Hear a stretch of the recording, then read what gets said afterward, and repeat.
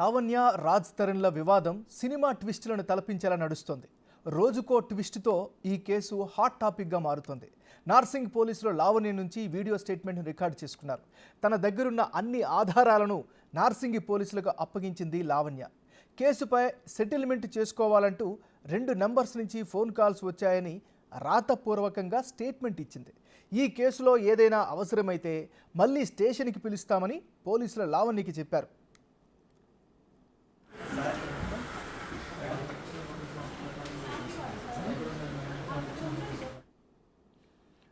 రాజ్ తరుణ్కు కూడా పోలీసులు నోటీసులు ఇచ్చినట్టు తెలుస్తోంది.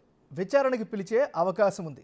ఈ కేసులో లావణ్య స్టేట్మెంట్స్ ఆధారంగా A1గా రాజ్ తరుణ్, A2గా మాల్వి మల్హోత్రా, A3గా మయాంక్ మల్హోత్రాను చేర్చే నార్సింగ్ పోలీసులు ముగ్గురిపై 420, 493, 506 సెక్షన్ల కింద కేసు నమోదు చేశారు. ఇక మాల్వీపై లావణ్య సంచలన ఆరోపణలు చేశారు.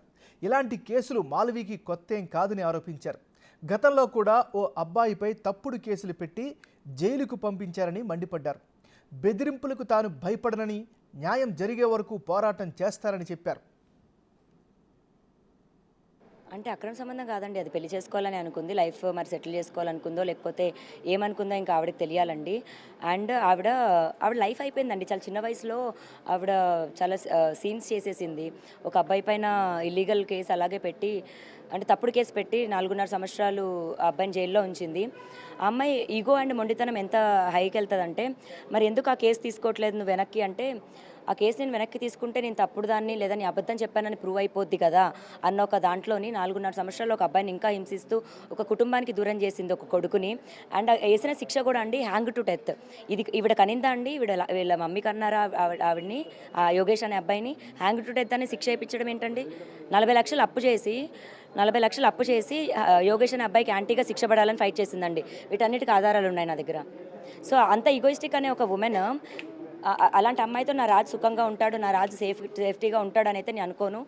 అలాంటి అమ్మాయి కాకుండా ఇంకే అమ్మాయి అయినా సరే ఇలాంటి పొజిషన్లో ఉంటే నేను వదిలేసాను, వెళ్ళిపోయేదాన్ని. ఆ అమ్మాయి నాకే ఛాలెంజ్ చేసింది, రాజుని నన్ను విడగొడతానని. అలాగే విడగొట్టింది, నన్ను జైలుకి పంపిస్తాననింది, అలాగే జైలుకి పంపించింది. ఆవిడతో చాలా క్రిమినల్ మైండ్ అండి. అండ్ ఇంతకంటే నేనేం చెప్పలేను. వీటన్నిటికీ నా దగ్గర ఆధారాలు ఉన్నాయి. నేను ఈ రోజున బయటకు వచ్చి మాట్లాడుతున్నాను. కొంచెం మీరు నన్ను నమ్మాలని నేను కోరుకోవట్లేదు, నమ్మకపోయినా పర్లేదు. నమ్మి నన్ను సపోర్ట్ చేస్తే, నాకు ఒక అవకాశం ఇస్తే నేను వీటన్నిటికీ ప్రూవ్ చేస్తానండి. అపోహలో ఉండడానికి నేను ఇప్పుడు 1 సంవత్సరం ఉండేసి బయటికి రాలేదు. 10 సంవత్సరాలు ఉండి నేను అన్ని భరించి ఇంకా తట్టుకోలేక బయటకు వచ్చాను. ఈ వివాదంలోకి లావణ్య తండ్రి కూడా ఎంటర్ అయ్యారు. 14 ఏళ్లు సహజీవనం చేసిన రాజ్ తరుణ్ తన కుమార్తెకు అన్యాయం చేశాడని మండిపడ్డారు. మాల్వీ కారణంగానే రాజ్ తరుణ్, లావణ్య మధ్య వివాదాలు పెరిగి విడిపోయే వరకు వెళ్ళాయని ఆరోపించారు ఆయన.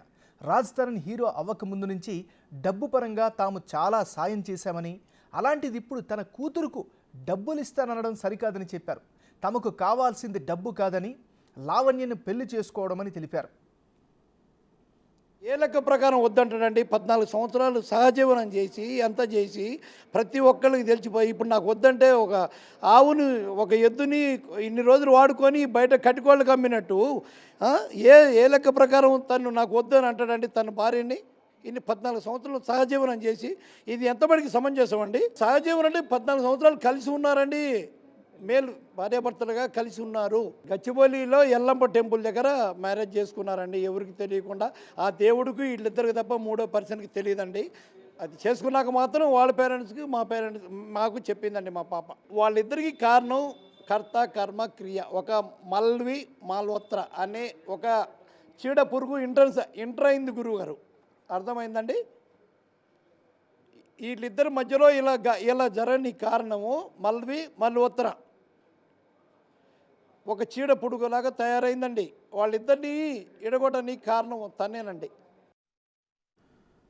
లావణ్య రాజ్ తరుణ్ల వివాదం సినిమా ట్విస్టులను తలపించేలా నడుస్తోంది. రోజుకో ట్విస్టుతో ఈ కేసు హాట్ టాపిక్గా మారుతోంది. నార్సింగి పోలీసులు లావణ్య నుంచి వీడియో స్టేట్మెంట్ను రికార్డు చేసుకున్నారు. తన దగ్గరున్న అన్ని ఆధారాలను నార్సింగి పోలీసులకు అప్పగించింది లావణ్య. కేసుపై సెటిల్మెంట్ చేసుకోవాలంటూ 2 నంబర్స్ నుంచి ఫోన్ కాల్స్ వచ్చాయని రాతపూర్వకంగా స్టేట్మెంట్ కూడా ఇచ్చింది. ఈ కేసులో ఏదైనా అవసరమైతే మళ్ళీ స్టేషన్కి పిలుస్తామని పోలీసులు లావణ్యకి చెప్పారు. ఇదిలా ఉంటే రాజ్ తరుణ్కు కూడా పోలీసులు నోటీసులు ఇచ్చినట్లు తెలుస్తుంది. ఇక ఓవరాల్గా ఇదే అంశానికి సంబంధించి మరింత తాజా సమాచారాన్ని మా రిపోర్టర్ రానా లైవ్లో అందిస్తారు. రానా, చెప్పండి.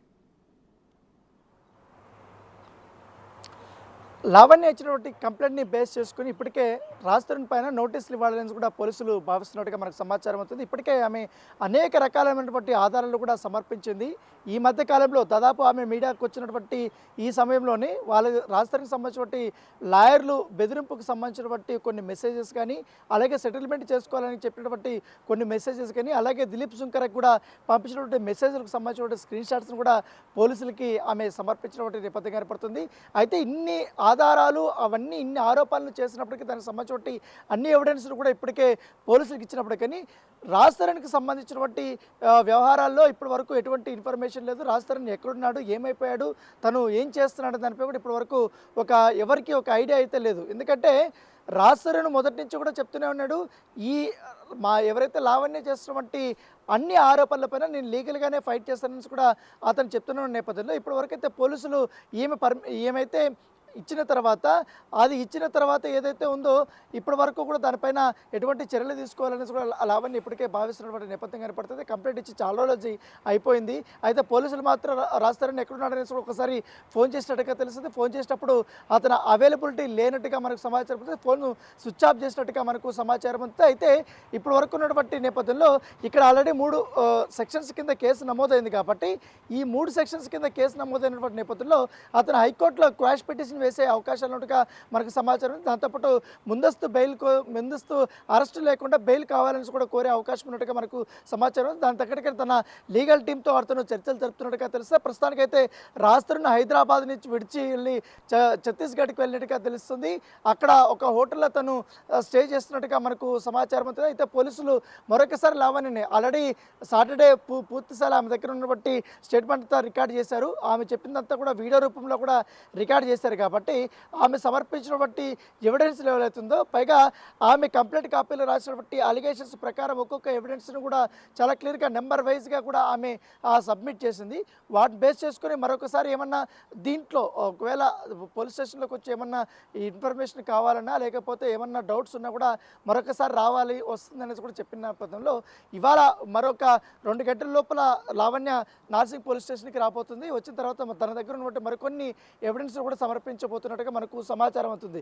అయితే ఇప్పటి వరకు తను రాజ్ తరుణ్కు ఉన్నటువంటి అదే ఇంట్లో ఉంటుంది కాబట్టి అక్కడి నుంచినే తను వస్తున్నాను కూడా చెప్తున్నారు. పైగా మేమిద్దరం పెళ్లి చేసుకున్న తర్వాత అదే ఇంట్లోనే మేము కాపురం కూడా చేసాము. పైగా ఒక భార్యాభర్తలు అన్నాక చిన్న పొరపచ్చాలు వస్తుంటాయి కాబట్టి, కాకపోతే 3వ వ్యక్తి వచ్చిన తర్వాతనే మాకు ఈ యొక్క ఇబ్బందికరమైనటువంటి పరిస్థితులు వచ్చినాయి. అయితే ఇక్కడ ఒక ఎంఎన్ఆర్ ఇంకొక కామెంట్ చేసింది లావణ్య. ఎందుకంటే ఎన్ని రోజులు తన భర్త రాజ్ తరుణ్కి తనకున్నటువంటి బంధాన్ని బయట పెడుతున్నావు, తను నా దగ్గర రావట్లేదని చెప్తున్నప్పటికీ కానీ మాల్వి మల్హోత్రా యొక్క క్యారెక్టరైజేషన్ గురించి ఆమె కొత్త పాయింట్లు కూడా లేవనెత్తింది. గతంలో కూడా మాల్వి మల్హోత్రా ఒక అబ్బాయిని ఈ విధంగానే వేధించి తనను ఏకంగా జైలు పాలు చేసింది. తను కూడా ఇట్లా బ్లాక్ తను చాలా ఈగోయిస్టు, తన ఈగో కోసం ఎంతైనా ఖర్చు పెడుతుంది. దాదాపు 40 లక్షల రూపాయల వరకు కూడా ఖర్చు పెట్టి ఇప్పటికే అతను జైల్లో నుంచి బయటకు రానికుండా కూడా చేస్తుందంటూ కూడా చెప్తుంది. గతంలో తను రిలేషన్షిప్ పెట్టుకున్న వ్యక్తిని గతిపాలు చేసింది కాబట్టి ఇప్పుడు నన్ను కూడా అదే రకంగా కూడా చేయబోతుంది, ఖచ్చితంగా నన్ను చంపేస్తుంది అంటూ కూడా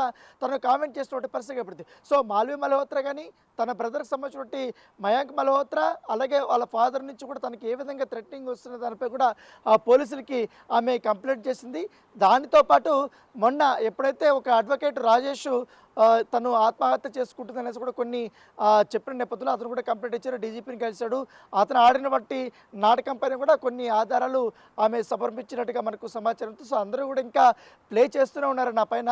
సో ఎవరు కూడా నాకు న్యాయం చేయలేదు, అందుకే నేను విసుగొచ్చి ఇంకా ఆత్మహత్య చేసుకోవాలనుకున్నాను అనేసి కూడా ఆమె స్టేట్మెంట్ ఇచ్చినటువంటి పరిస్థితి ఏర్పడుతుంది. సో దీన్ని నార్సింగ్ పోలీసులు కూడా చాలా సీరియస్గా తీసుకున్నారు. సో ఆమె దగ్గర నుంచి ఉన్నటువంటి అన్ని ఎవిడెన్స్ తీసుకున్న తర్వాత ఆమె స్టేట్మెంట్ని రికార్డ్ చేసిన తర్వాత ఫర్దర్గా నెక్స్ట్ ఏం చేయాలన్న దానిపై కూడా వాళ్ళు ముందుకెళ్ళబోతున్నారు. ఇప్పటికే నోటీసులు రెడీ చేశారు కాబట్టి రాజ్ తరుణ్కి ఇవాళ కాల్ చేసే అవకాశం ఉంది. ఒకవేళ అవైలబిలిటీ లేకపోతే తను ఎక్కడ స్టే చేస్తారో వాళ్ళకి నోటీసులు పంపించే అవకాశాలు ఉన్నాయి. Thank you Rana.